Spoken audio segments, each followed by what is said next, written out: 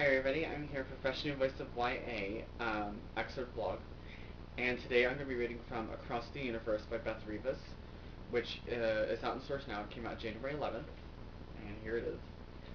And what's really cool about it is that it has a reversible cover, and the inside is a much bigger version of this ship diagram, and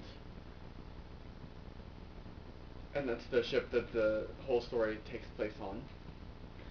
And chapter 1 is online, so I'm going to go ahead and I put a link to it so you guys can read chapter 1.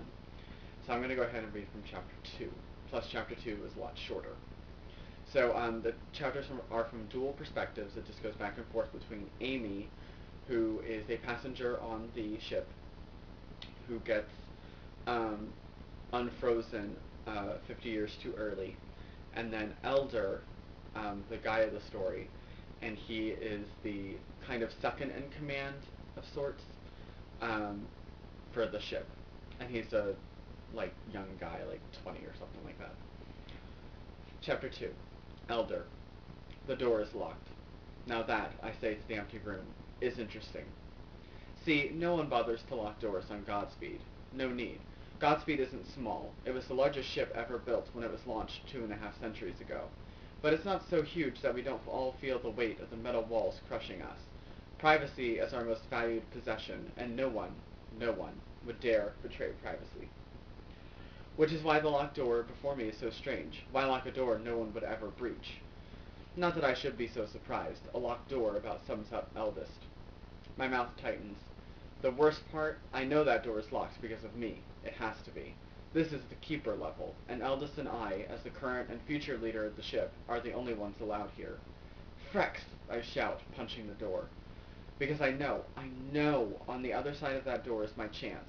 When Eldest was called to the shipper level to inspect the engine, he rushed to his chamber for a box, went all the way to the hatch, then turned around and took the box back to his room, and locked the door before he left. Clearly, whatever is in that box is important, and has something to do with the ship, something that I, as leader in training, should know about. It's just one more thing Eldest is keeping from me, because stars forbid he'd actually train me instead of giving me more mindless lessons and reports. If I had that box, I'd prove to him I could... What? I don't actually know what's in there, but I do know that whatever it is, it's been making him spend a lot more time on the shipper level. There's a serious problem going on, something that's kept Eldest more preoccupied than I've ever seen him before. And if they would just give me a frexing chance, maybe I could help. I kick the door, then turn and fall against it. 3 years ago, when it was time for me to start training, I didn't care for shite about whether or not Eldest trained me as he should. I was just glad to be off the feeder level. Even though my name is Elder, I'm the youngest person on the ship, and I've always known that I, as the one born in the off years, would be the eldest of the generation born after me.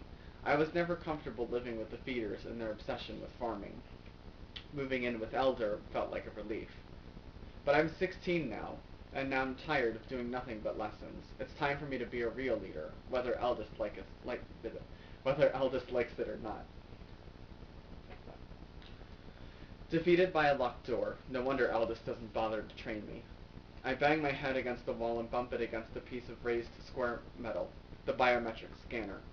I'd always assumed it operated the lights of the great room. Most of the biometric scanners are there to interface with the ship, such as turn on lights, start electronics, or open doors. I turn around and roll my thumb over the biometric scanner bar. Eldest Elder access granted, the computer chirps in a cheerful female voice. As Elder, I always have the same security access as Eldest. Command? The computer asks. Huh, that's odd. Usually a door opens automatically once access is granted. What other command does a door need? Open? Eldest's chamber door doesn't zip open like I expect it to. Instead, the ceiling moves. I spin around, my heart banging around inside my chest. Above me, the metal ceiling splits in 2 pieces and drops slowly down, exposing a window that shows the outside and the stars. There are hatches in the ship, I know there are, but Eldest has never let me see them, just like he hasn't let me see the massive engine that fuels the ship, or some of the records of the ship before the plague. I didn't even know the metal ceiling over the great room covered a window to the uni. I've never seen stars before, and I never knew they were so beautiful. The entire uni stretches out before me. So big, so frexing big. My eyes fill with starshine. There are so many of them. The stars are abbreviated white dashes in the sky with streaks of faint colors, mostly reds and yellows, but sometimes blues or greens. And seeing them all, I feel closer to planet landing than I ever have before. I can see it, the ship disembarking for the first time at night with no moon or clouds, and before we set out to build our new world, we all stop and stare at the stars above. Access override, the computer says in its still pleasant voice. Screen lowering. Screen lowering? What? Above me the stars glow brightly, and then the window to the universe breaks. A thin line cracks right at the center of the window, splitting open, wider and wider. Frex! Frex! A rumbling sound fills the great room. My head whips left and left and right again, looking for something to hold on to, but there's nothing here. The great room is just a wide open floor. Why did I never notice how useless it is to have a room with nothing to hold on to? It's huge, sure, but there's nothing here except the vast floor and the walls and the doors. Nothing that can save me from a broken window that exposes me to space.